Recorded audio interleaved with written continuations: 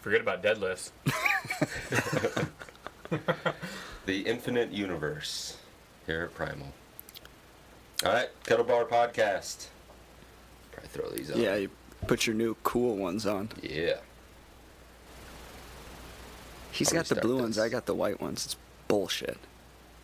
It clashes And he's with colors. dancing. You got some spray paint in there. Is it red? I don't know, is it? It's red if you said it's red. There's an What infinite is number of universes where the headphones are red. Stop using words I don't know. All right, let's hope this is all good. KettleBar Podcast. I'm Dennis Timmerman. Travis Klinghagen. Nick Ridenauer. Yeah. First video podcast. So, Hopefully you guys are excited about it as we are. so would this be a vlog? Is that a thing? Isn't that like a video one? Not necessarily. Not a hard question. I was just I'm not trying to stump you. I'm not sure the working definition of both, but no, vlog is more like, I feel like one person looking at the camera talking. All right, cool. We got 3. We got 3 talking into microphones, having a conversation. So it's kind of a, Menage a vlog. yeah, I like it. All right, so this is our first video podcast. We don't have a full plan here. We're just kind of winging it. We're going to talk about some deadlifts, maybe about the infinite universes that exist out there. Nice apes finish last. Maybe some vagina turtles. So we are getting this back started again, like for reals, right? Let's shoot for once a week. I'm getting that down right here while these guys collect themselves on the news topics that we came across earlier. Woosah. Woosah. See, now it's different on video. I used to be able to hide that shit. Now there ain't no hiding. Can I address one thing? Yeah. Are we supposed to be looking this way? Probably not too much. Probably not too much. Just Just.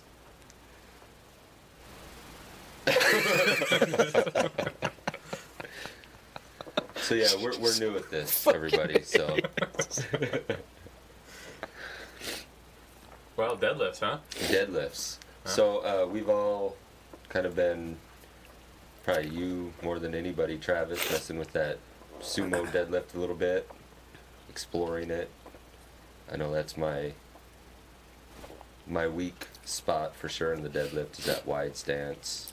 yeah, I agree. So Yeah, it's been rough, honestly, trying to switch over and try to utilize that a little bit more. Biggest thing is probably the mobility kind of differences in my hips, just because I've never really put myself into that position before. So you got to kind of, I've learned, like, with usually I go pretty hard pretty quick with things, and it set me back pretty fast, so I needed to work on some mobility stuff so that I didn't feel as likelihood of injury and everything like that. totally. But I've even had to really step back from it because I had some, about 3 weeks in, I kind of noticed my hip pain was kind of increasing a little bit. And again, you just kind of step back and look at what's causing it. And I think, mobility and activation of how I'm pulling needs to be kind of addressed compared to just, again, goal of picking More up as weight. much weight More as weight, you can. yeah. Yep. Yep. And that, like, you can go really deep with that as far as like muscle firing sequences and all that stuff, but keep it as simple as possible first and then work your way from there. So what's the difference, I guess, between, probably a lot of people listening might not know the difference or why, the purpose of the difference between a conventional deadlift, barbell deadlift versus a sumo style? Well, for me, like the reason why I kind of wanted to play around with it was with my training of doing cleans, snatches, conventional deadlift, all those kind of things. I was putting a lot of strain on my low back, day in, day out, and I was trying to figure out a way to recruit the legs in a manner where it was kind of taking less strain off my low back, which kind of the sumo deadlift does a little bit better. But that's if you're doing it right. Mm-hmm. So that's a key factor. Right.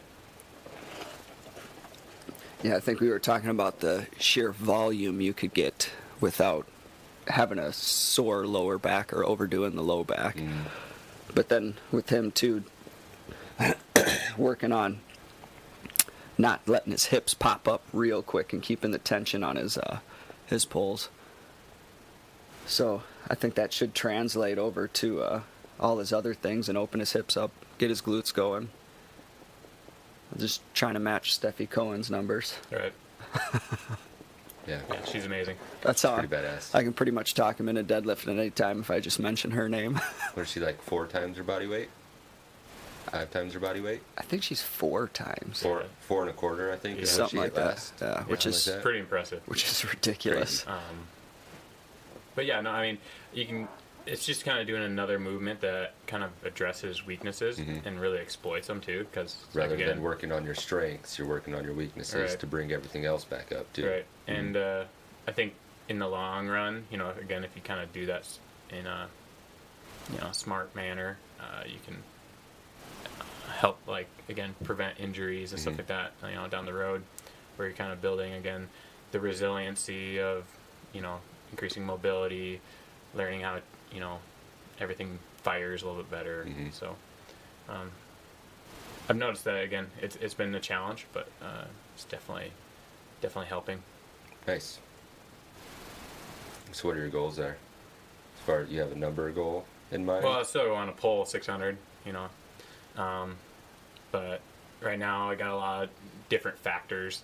Again, I'm dropping body weight pretty quickly through my diet.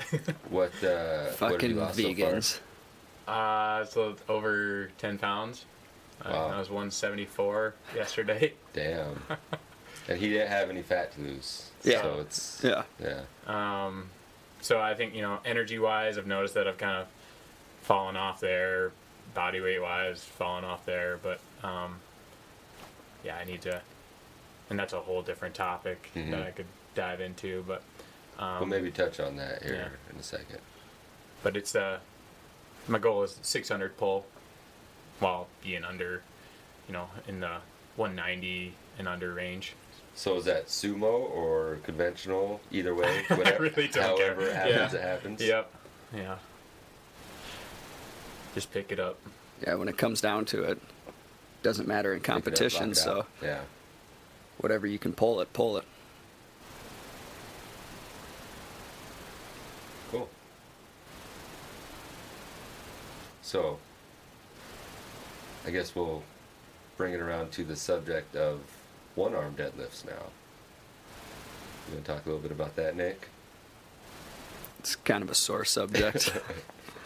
Literally. Well, I mean, how did this all get started? I'm pretty sure it started with a video. well, unfortunately, social media, which I complain about, I still get sucked into. And I came across, I don't even know who it was, but they were doing a one-arm deadlift. So I And that sent, was on the Kabuki strength. I think it was, Beans. so I sent it over to Travis, well, not thinking he's going to frickin' do it, and he pulls, 375? Yeah. Yeah. So, of course, I'm like, well, guess I have to do it. And then you did it and pulled 275, correct? 275. So my dumb ass the next morning was warming up with Ethan. It's like, got up to 175 and my thumb hurt. And I just stopped because I was like, I'll deal with it later. Then I freaking hurt my back squatting an hour and a half later. Travis was spotting me. Just took a deep breath in and my back just went on me. So I think it was my QL muscle. So I was telling Travis I was working on doing the strengthening up for that. And it went away in a week. So, I mean, at least it wasn't disc or something like that. But now I know what I need to strengthen up, which is interesting because I've been messing with the sumo squats a little bit more too. So now I'm going back to conventional a little bit too, just to get that extra work in the lower back too. So staying a little bit lighter and stuff. So yeah, and that's the thing I noticed with like those one-arm deadlifts is you got to be really careful, and I was definitely exceeding that careful when I went over the line for what I was doing, because you can kind of feel the spine wanting to shift a little bit, because you got, again, so many different planes of movement. There's a lot of twist and torsion on the spine there. Totally. And so with a normal deadlift, you know, you got like one path of movement, you know, basically that your muscles have to support, where this one arm is basically you got like three. So it's a lot more challenging and a lot riskier. So again, if you're looking at like, you know, something don't try it. Don't try this at home. You know, there's always that risk versus reward factor, and this is one of those exercises that there's the reward is not worth the risk, honestly. I would say. I think if you tone it back down, like if you're doing using it as like a supportive exercise or, you know, accessory work, you know, doing a lot less weight and really focusing on keeping the technique dialed in, then it can be beneficial, because then you are working in all those like three planes of movement, and it's a great way to kind of strengthen up the core, honestly. So, totally. Or you can do heavy one-arm swings too, kettlebell swings. Right. I think that'd be a great, probably better, great thing to use. But again, the weights compared to what your maximal deadlift is going to be a lot less, and with like swings too, you gotta make sure you're keeping the balance where, you know, to make that swing happen, right? So you're going to know when you're doing it wrong. I think the feedback is a lot greater compared to when you're trying to pick up a huge amount of weight with one arm, and you'll know it once basically your back snaps. Right. So, just be careful if you're ever wanting to try that out. Yeah. Or hire a professional to help, you know, coach you through it. Right. Hint, hint, wink, wink. Yeah. We know some guys. That and the my thumb I'm just my little girl fingers. That hurts so damn bad. It was rough on the thumb. I'd have to get used to start messing with that just to go heavier, because I pulled that 175 easy. Like, it came up just fine, but I felt like I ripped my thumb off. Yeah, I was pretty surprised, honestly, that where my grip was at there. And because I actually did pull up 405, and it was off the ground. But then again, I felt like my hip shift, my back shift, everything. And so I just called it because, again, I could feel like I was way over the line with the 375. I'm pretty sure I felt like I was way over the line with like 315. But, you know, I just kept on pushing it just because I didn't want to do this ever again, really, honestly. Right. So I wanted to set the bar kind of high. And, but yeah, grip is kind of a finicky one. Yeah. So. Well, completely unrelated to all that, I had set a goal of 315 one-arm deadlift, like at the beginning of this year. So I got to do it again and hit 315. Because I was really close. So close.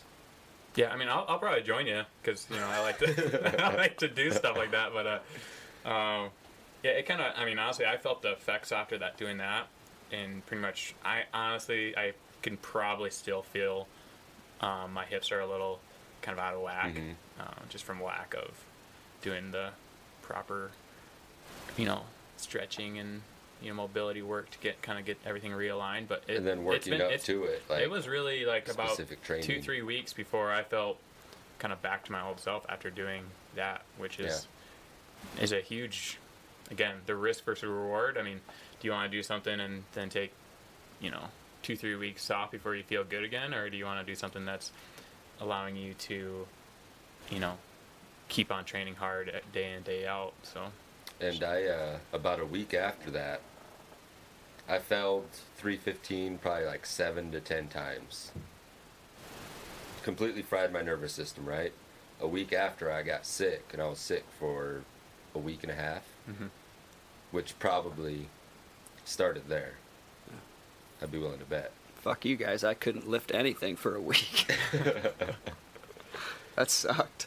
Yeah. And then just trying to get back into it, I was pulling 245 for sets of 8.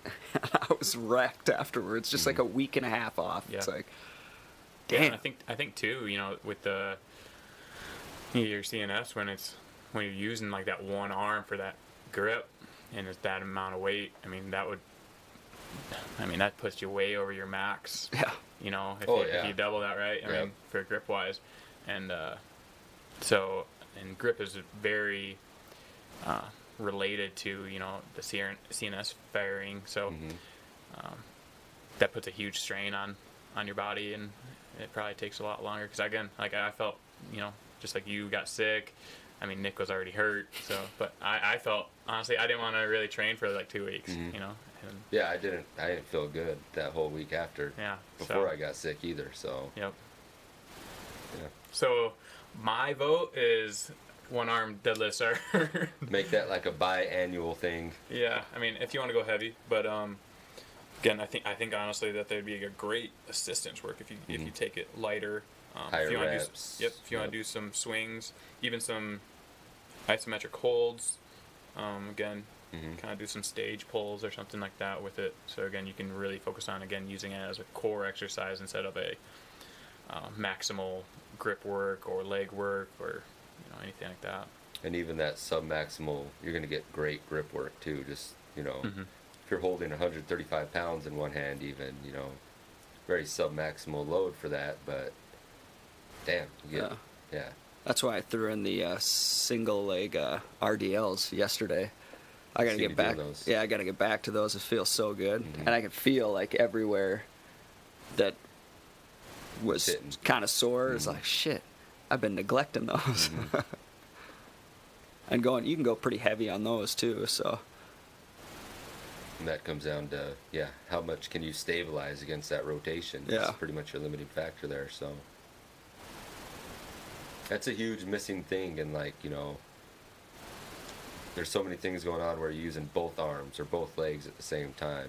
That single arm, single leg stuff, anti-rotation work is huge. Yeah.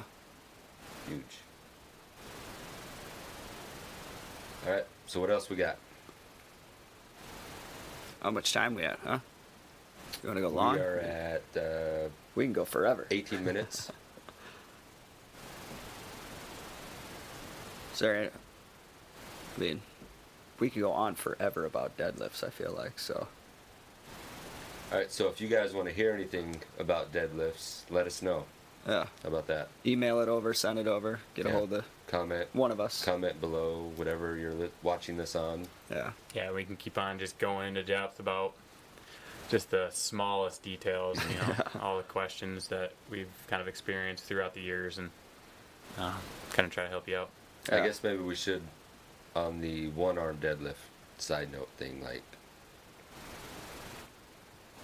all that happened, like, with all the years of training experience, right? So, like, somebody new to the game who can't listen to their body at all, like, has no business doing anything like that. You know what I mean? Just a little public service announcement, like... Yeah. Yeah, I would agree. What we do for a living I've been deadlifting allows for us to do stupid shit like that. 10 plus years, you know? It's like... So, yeah. Little PSA there. Yeah, do not try that and then blame it on me. Right. Should we talk about vagina turtles? Wait, I was going to say, you brought up the vagina turtle. I don't know if you actually want to talk about that. There wasn't too much to really say on it because the girl didn't want to pursue with the authorities, so... I don't blame her. It was over in, England, I think. I think that's what I said, yeah. 25, 29-year-old or something like that went out partying and doesn't remember the night before. Went to the hospital because she was sick a week later, and they found a Chinese something... Pond turtle. Yeah, kneeled pond turtle or something like that in her vagina. Which, how does that happen? How do you not know about it? Yeah, and they say For a them week. things get like 10 to 12 inches long. Right? I mean, I don't have a vagina, but like, I don't feel like you just lose something like that, or And it was. I wonder if it was dead when it was. it was dead. Yeah, I forgot to say Like, it. I It said wonder it was if dead. Started off dead. They said it was. Or if it died inside. They said it was a pet. I'd assume they. I don't know. I don't know. Yeah, we just don't have the details Yeah, like- on that. Like I'm thinking like, I oh, would you, honestly hope it would be dead right. before. But then like the kind of person that would do that, would they really care if the turtle Right. died? They don't care about the turtle suffering. So, yeah. Just lucky it wasn't a snapper. Right. I mean, yeah, there's some weird. Wasn't it? Kind of like Alien. Popping out. Did you guys listen to Bob and Tom? No. Oh. They have a snapper song, Oh, I do. Turtles and Horrors. Turtles and Horrors. Yeah. Yeah. You have to listen to it sometime. I have heard that. Yeah, no, so yeah, I don't know. I mean, that's weird stuff. I mean, Weird. you, Yeah, so don't Don't do that. At Don't home do either. that. yeah, that PSA. either. No turtles in the vagina. Keeps the turtles out.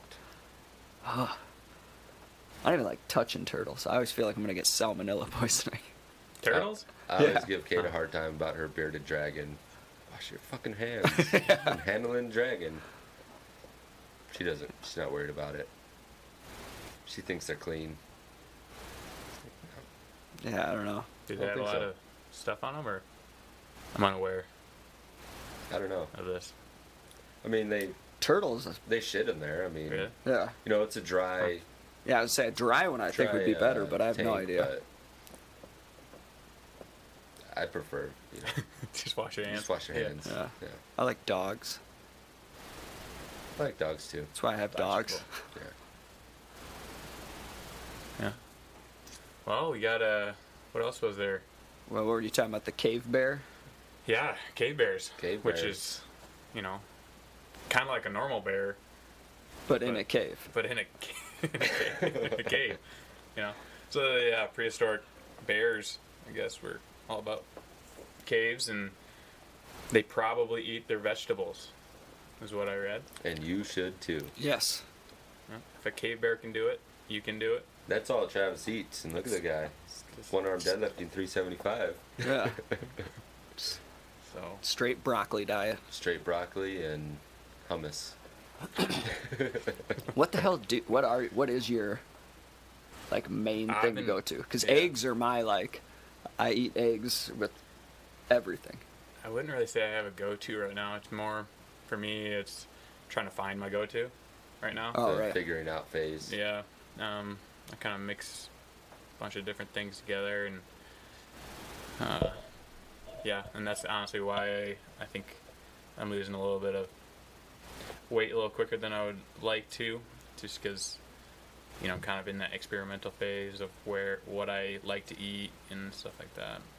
Another thing too with that is I was used to like eating like time-wise, like a certain amount, but all my foods were way more calorie dense. Yeah. So right now I spend the same amount of time eating, but I'm getting half the calories. So Right.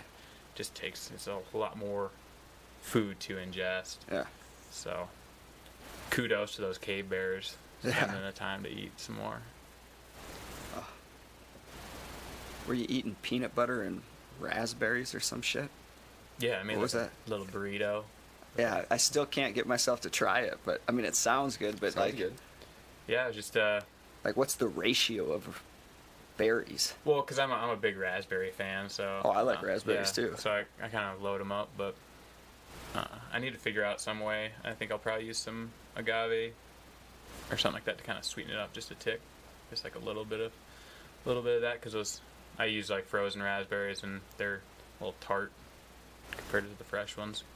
For some reason, I don't know why, but So how many times do you fuck up and almost eat something that's not vegan? Because I'd be putting honey on like everything.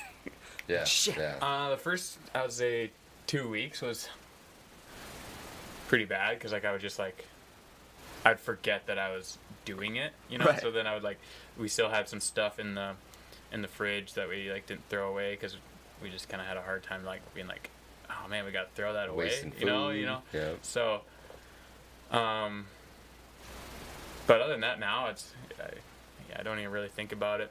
I think the hardest thing is just going out. If I want to go out to eat or something like that, I can't. You know, I used to go to like Qdoba like 3 times a week and, you know, get something there, and now I can't really justify just getting a rice and bean burrito. Kind of doesn't sound as cool. Yeah, totally. So what's your macros looking like? You just kind of going to town, or are you tracking? My carbs have definitely shot through the roof. Protein is down a little bit compared to what I used to do before, because again, I was down in over a pound of meat. Then I would have, you know, 2 protein shakes a day. A lot of eggs, 6 eggs, you know, in the morning. You know, so, you know, mine was very protein heavy, but, you know, I've noticed I don't think my body really needs quite that much. But again, there's really no problem with me. I just like those foods, and they were just protein dense, so that's kind of why my protein intake was so high. But I found that I've been able to get away with right now, I don't know, the smaller protein ratio compared to the carbs and everything. So I don't know. Still trying to figure out what's working and what's not working. Some more carbs and even fats. You getting a lot of fats in at all? I'd say my fats are about the same. About the same? Yeah. I'd say that they're coming from probably a better source. You know, because you know, not Stuff having like avocados. Yeah. I'm like nuts. Avocados, nuts. Coconut oil at all, or? Every once in a while. Okay. Yeah. I got flaxseed oils, stuff like that I'll take just to get some omegas in there.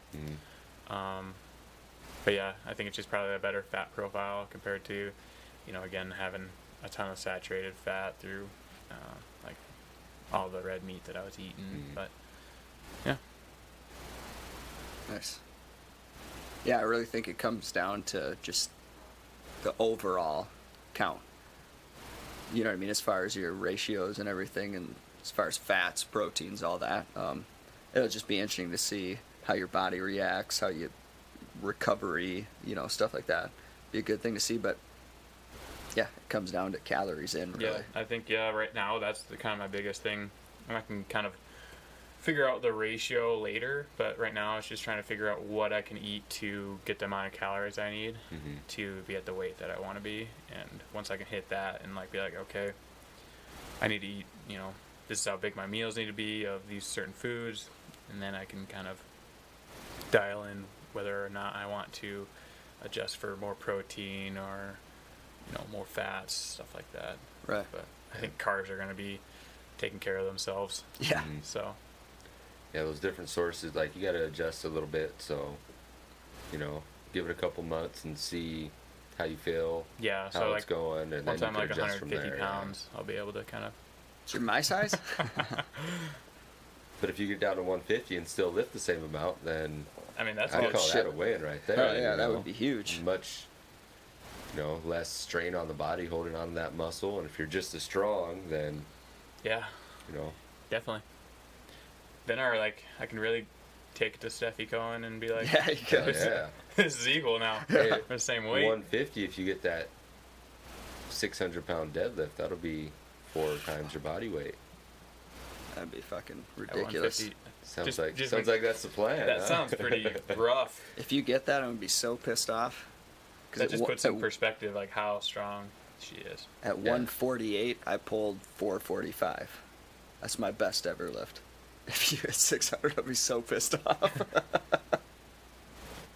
But yeah, Steffi Cohen, I'm strong for my size. She makes me look like a little girl.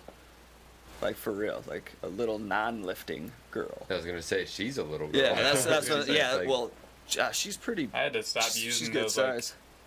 like, you know, like a girl. That doesn't Right. make sense, because I'm like, there's Yeah, some amazing female girls, athletes yeah. out Oh, there dude. that'll There's just some strong toss you. girls.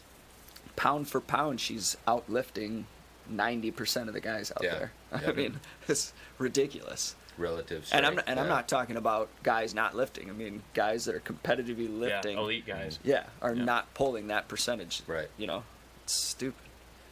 She's so strong. Top of the food chain. Yeah. She probably eats her vegetables. Yeah, I'd imagine Definitely she eats her does. vegetables. Yeah. She's hitting the micronutrients for sure. Yeah, I was actually reading a thing about, I don't know how to really say the word, spirulina? Mhm. Spirulina. Is that what that? They have a blue one. It's like blue. I think pound for pound, it's one of the highest protein-rich foods yeah, in the I world. saw that. Yep. Yeah. It was like 1 tablespoon had like 7 grams of protein in it for some reason, and I was like, that's cool. Yeah. Yeah. Have you had just a spoonful of it? I'll have to try it out. Yeah. Maybe that's all I'll eat now. It's in that amazing grass. That's some of there in there. But some of that stuff. Are we doing ads now? No. Oh. I mean, it's in that. I'm KettleBar just Podcast brought to you by. yeah. No, I'm just saying it's in that. And I've had like just a straight shot of it too. I can't do that shit.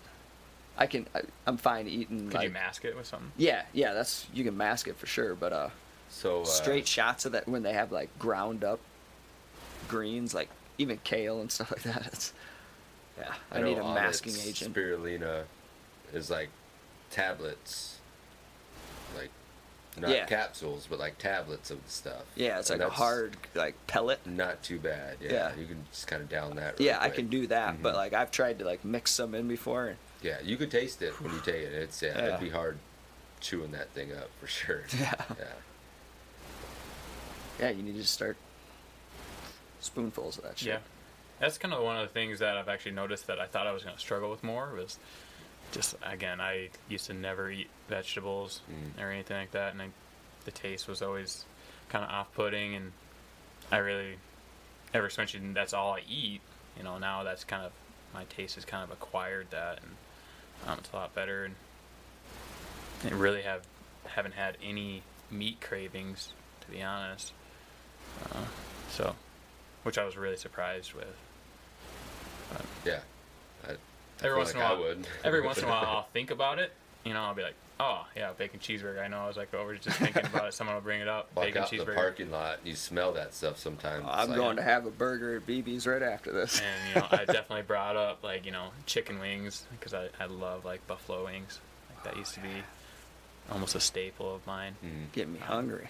But I haven't ever really craved it like to the point where it's like, oh, I just need to cheat. I need to get this. So that's cool. That's made it easy. Yeah. Which yeah. I think that's a thing where I think people are almost timid of that fact where they think that that craving is going to be so hard to get over that they don't want to give it a shot. But yeah. If you got try 2 weeks of it. Do I'm you not gonna find lie, it- I have considered it like over the years. I'm like, just go like a couple months or whatever. I've considered done it it. and just never done it. Yeah. If someone had it all done for me, I'd do it. But my problem would be, I'm making eggs this morning. Right. Yeah, I think the hardest part is just it's the learning what you want to eat out of like your choices and how to be creative with it because we don't grow up eating those types of meals. Yeah. Totally. Yeah. And so it's like you start putting stuff together and you're just like, this is like messed up. Like, None of this like, is vegan. Well, it's like you make a kind of like you got maybe some spinach and you throw some beans or something like that in there and you're making this like weird concoction that's like you don't know if it all kind of goes together and tastes good. You're just like really messing around with it. And so if there was like something out there, and I'm sure there is, but that kind of like laid out how to do like a transition into being going with that plant-based diet, I think that would be like huge for people. Yeah. Sounds like you Against- have your next project. Yeah. But that's because that's where, and I had a pretty good solid cookbook in my head. What I used to eat. I could always come up with a meal just like that, even just looking in the cupboards, so I didn't have to go to the supermarket and grab extra food just to make it. Where now you're looking at it and you're like, I got spinach. And I've got peanut butter. And you're just like, what are you making here right now? Yeah. So, learning how to, again, shop, and get the right things that you need to create these meals is hard. Challenge. Do you find that you don't snack as much? I think I snack more. Okay.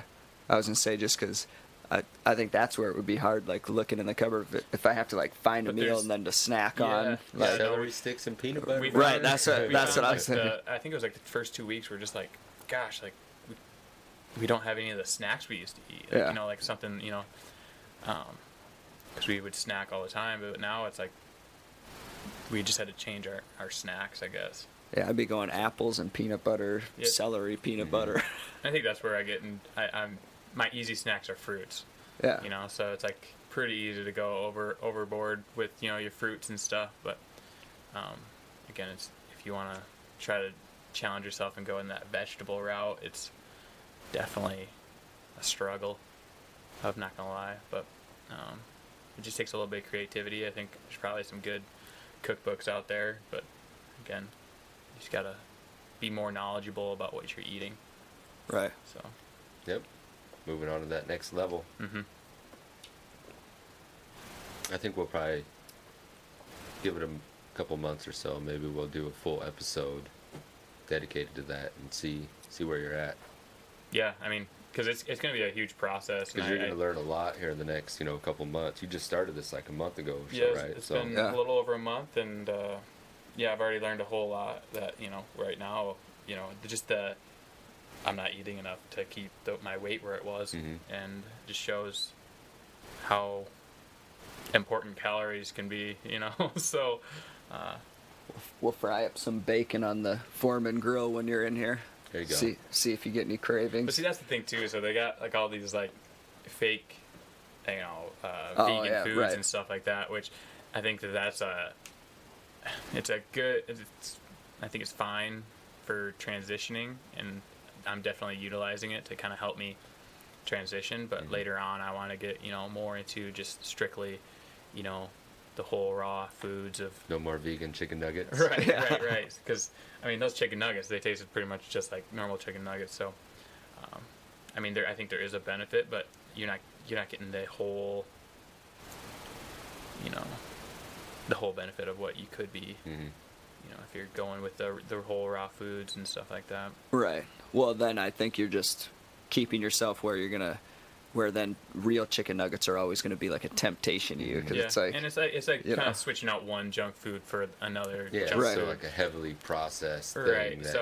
Probably not the healthiest thing. So if you're kind of doing this, you probably won't see or feel a whole lot of difference. To be honest, if you just go from again a normal chicken nugget to a vegan chicken nugget. You can still be a chicken nugget, You can still be unhealthy and vegan. Right. Vegan there's like Doritos muffins, and a Coke. Vegan. Yeah, people are like, oh, I'm vegan, bro. But you're still eating like shit, But, So I think raw vegetables, like you're saying, that's what I try to go for, is like and even if you're bell not vegan, peppers like bell peppers, broccoli, cauliflower.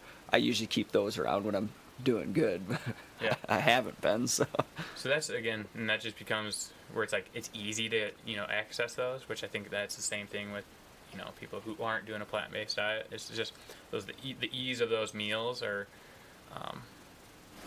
there, so they that's what they pick. It's quick, it's easy, tastes good, and but if you can kind of go with a more natural whole route, I think you're set. So. And I don't know. I'm just kind of testing this out, I might be completely off with, going the plant-based, maybe meat's where it's at. I don't know, but gotta try it out. Gotta be the science experiment. Right. I obviously love meat, eat a lot of meat, a lot of eggs, but I really at the same point, I don't care. And I can really see, you still need vegetables and all that. So I don't think, I don't think you need as much protein as a lot of people say. Even with lifting, when I do diets and stuff, some of these people are putting their clients on 2 grams per pound of body weight. And it's I just really don't think beyond a gram per pound really gives you all that much benefit. Right. More than what just that would get. So most people really struggle just to get that. Too. Right. Yeah. That's why so it's 2 grams per body weight. It's an impossible number almost. Right, yeah. Right. Now, unless you're doing a competition or something, maybe 1.5 during certain points when you're changing things up, but otherwise, if you can get a gram per pound, like, yeah, that's all you really need. And you got to realize you're getting protein from all these other sources too if you're eating a good, varied diet. Yeah. So, yeah, so you can do it. I mean, it's doable. It's just like, say, learning the things the higher calorie things and stuff like that to keep up with the energy. So, again, I'm lazy. That's straight up right now. I'm just lazy. And when I do eat vegetables, I have to go the raw route because I'm not going to cut them up and prepare them. You know, I need something I can just grab and eat. Take a bite out of. Which is why I eat so many, like, oranges, grapes, raspberries, blueberries, stuff like that. I think, fruits are, like, just quick, easy, you know, which, I think I got to make sure I watch myself with that because I went through a whole stack of bananas, like, in 2 days. Yeah, see, I stay away from bananas because of that reason. So I can down a banana in, like, 10 seconds. So. Yeah. But, you know. Ding! We need to get that on video. Yeah. Dude, he didn't even bite it. For the most part, though, fruit's not going to make you fat. Like, no. especially if you're eating, like, a pretty balanced diet, like, people are afraid of fruit, you know, that's probably not going to be the thing that gets you fat, you know. Yeah, I mean, I totally agree. I think, you know, the biggest rock is going to be your calories. And, but for me, I like to challenge myself. I want to challenge myself to eat more on the vegetable side than the fruits because I know that the fruits are easy. I know the veggie chicken nuggets are easy. For me, you know, to, you know, really, I think, reap the benefits out of this is to, you know, go into that vegetable realm and really just challenge myself just how I would, you know, doing weights. You know, I need to do something different. Totally. So, granted, it's a tomato, but we were out blowing sprinklers out, grabbed a tomato out of fresh out of the garden. I just can't fucking eat tomatoes. I don't like tomatoes. I love tomatoes. It was a pretty crisp one, which that's the only one I can handle. But I ate most of it, but I can't get into it. I don't know why. I just. Do you like ketchup? I do. Yeah, see, that's messed up. I know. Right. Trust me. That's why I was like, I took it, and I'm like, I don't like. Because I like tomatoes. Tomatoes, but for me, you know, I can't do it. Don't really? like the taste, the smell. The name sucks. It's like vinegary. See, I like vinegar too. So do I. Yeah. But yeah, I hate tomatoes. Yeah, I can't. I ate like 3/4 of the thing, but I like salsa. Me too. Which tastes like tomatoes. I like the big chunks of tomato in it, but fresh salsa. Yeah. But I just can't do it, you know. By itself. A little bit of salt, it makes it a little better, but makes it better, but it doesn't do it. No. All right, we're like just over 40 minutes, so sweet. We should probably call that a day. Yeah, Chiefs start pretty soon, so cool. So hopefully I'm still recording there and everything looks good. Yeah. So let's plan to do this again next weekend, huh? Yeah. Next Sunday. We'll probably come up with a sign off by then. Good call. Maybe something that's clever, better than off the cuff. Yeah. We'll work on it. By work on it, we mean we'll talk about it right before we start recording the next one. Like 5 minutes before. We're not going to think about it again until then. I might start sweating. All right, KettleBar Podcast, Primal Gym, Sioux Falls. Check us out, primalsfsd.com. Primal Sioux Falls Gym on Facebook. Yes, sir. That's Primal with an L. Primal. No R. Check out Travis. What's your Instagram? Travis Klinghagen. Ryder 311. I'm Dennis.Timmerman. Timmerman. Yeah. See you guys. Thanks for listening.